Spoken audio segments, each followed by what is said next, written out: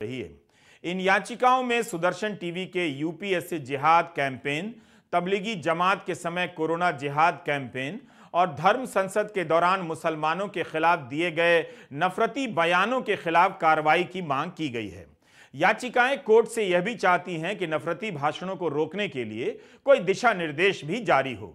इन याचिकाओं पर सुनवाई के दौरान कोर्ट की तरफ से यह सवाल उठाया गया है कि बढ़ती नफरत या टीवी पर जो पूर्वाग्रह फैलाए जाते हैं उसके खिलाफ संदेश देने के लिए क्या किसी एंकर को ऑफ एयर करने का फैसला लिया गया है, क्या किसी एंकर को हटाया गया है। आपने खबरें देखी होंगी कि फेक न्यूज फैलाने के कारण यूट्यूब चैनल बंद कर दिए जाते हैं। यह अखबारों में खूब छपता है जैसे सरकार बहुत बड़ी कार्रवाई कर रही है। नोटबंदी के दौरान 2000 के नोट में चिप लगने की बात करने वाले एंकरों ने क्या फेक न्यूज नहीं फैलाया था? सबसे बड़ा फेक न्यूज तो यूक्रेन युद्ध को रुकवाने को लेकर चलता ही जा रहा है। खुद सरकार के मंत्री इसे दोहराते हैं। उस समय के अखबारों ने इसे हवा दी कि यूक्रेन के छात्रों को सुरक्षित निकालने के लिए प्रधानमंत्री ने युद्ध रुकवा दिया। विदेश मंत्रालय के प्रवक्ता ने ऑन रिकॉर्ड इसे फिजूल की बात कहा। इसके बाद भी यह झूठ आज तक दोहराया जा रहा है।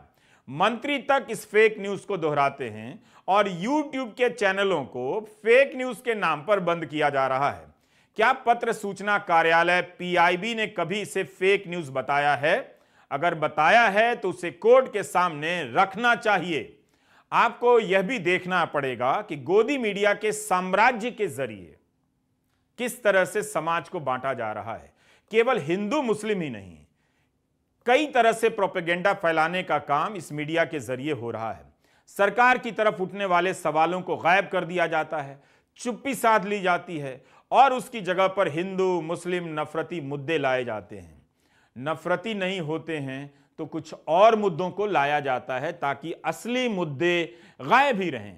महंगाई और बेरोजगारी के सवाल को पीछे करने के लिए हिंदू मुस्लिम नहीं भी होता तो दूसरे तरीके बहुत से हैं मीडिया के पास। सवाल है नफरत फैलाने वाले किसी एंकर या चैनल को बंद किया गया है। यही नहीं, सुप्रीम कोर्ट ने जब एंकरों को हटाने को लेकर सवाल पूछा तो गोदी मीडिया में सन्नाटा छा गया। क्या आपने कहीं भी सुप्रीम कोर्ट के इन सवालों को लेकर धुआंधार बहस देखी है, विस्तृत चर्चा देखी है? जस्टिस बीवी नागरत्ना की एक टिप्पणी है कि नफरती भाषण मानवाधिकार का उल्लंघन है, इससे किसी की मानवीय गरिमा को ठेस पहुंचती है। फिर समाज में इस पर चर्चा क्यों नहीं है? मीडिया में इस पर बहस क्यों नहीं है? गोदी मीडिया इतना ही कह दे कि उसके नफरती डिबेट देश हित में है, समाज को बांटने वाले नहीं हैं, तो एक पक्ष तो उनका समझ में आए। और एंकर के खिलाफ क्यों? कोर्ट को क्या यह भी नहीं कहना चाहिए कि एंकरों से पहले चैनलों के खिलाफ एक्शन लिया जाए? जनवरी के पहले हफ्ते में मंत्रियों के बोलने